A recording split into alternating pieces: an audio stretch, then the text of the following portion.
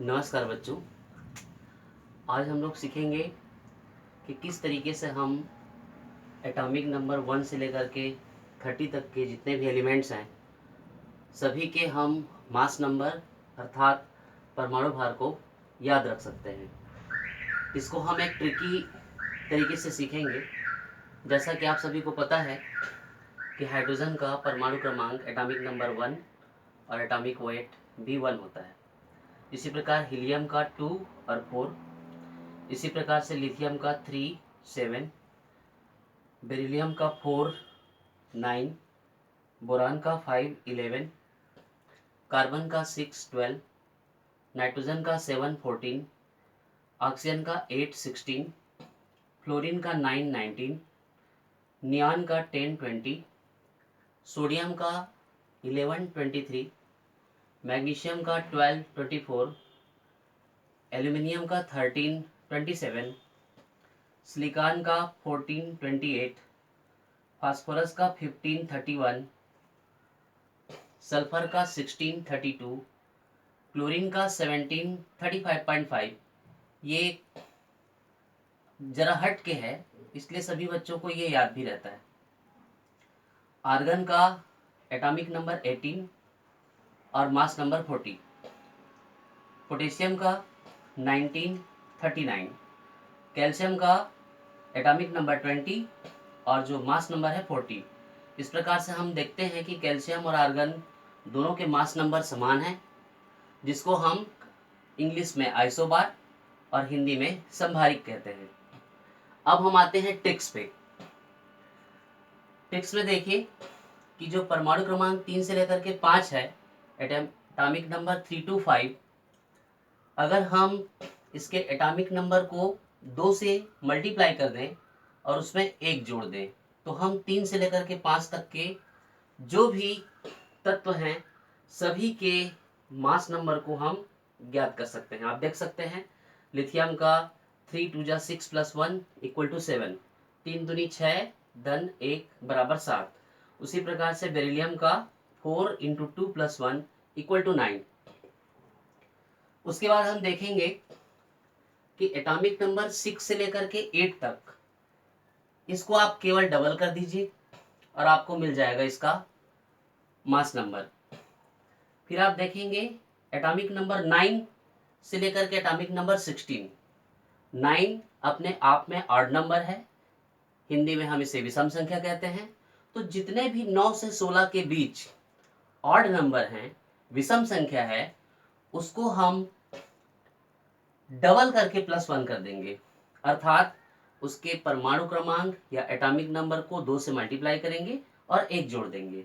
तो इस प्रकार से मिल सकता है। हम चेक कर सकते हैं, किसी भी एग्जाम्पल को ले लेंगे। चलिए हम लेते हैं फ्लोरीन को। फ्लोरीन में आप देखिए 9 2 जा 18 + 1 = 19। ये इसका करेक्ट एटॉमिक वेट या परमाणु भार है। उसके बाद अब हम देखेंगे कि जो क्लोरीन है ये अपवाद है। इसका एवरेज एटॉमिक मास होता है, औसत परमाणु भार होता है, जिसके कारण हम इसको 35.5 लेते हैं। ये बच्चों को याद रहता है।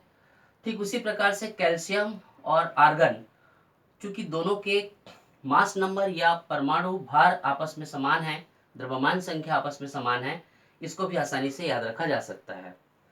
अब हम आते हैं डी ब्लॉक की ओर। 3D सीरीज की बात करेंगे।